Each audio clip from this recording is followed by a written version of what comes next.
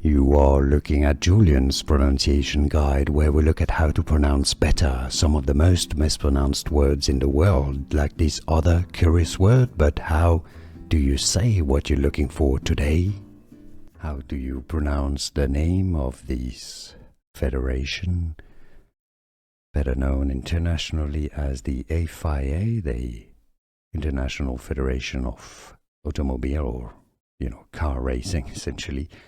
So that's the French name, because I think it's based in France. It probably was founded in France as well.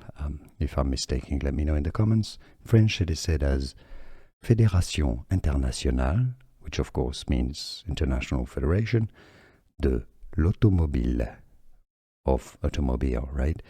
Fédération Internationale de l'Automobile is how we would say it in France.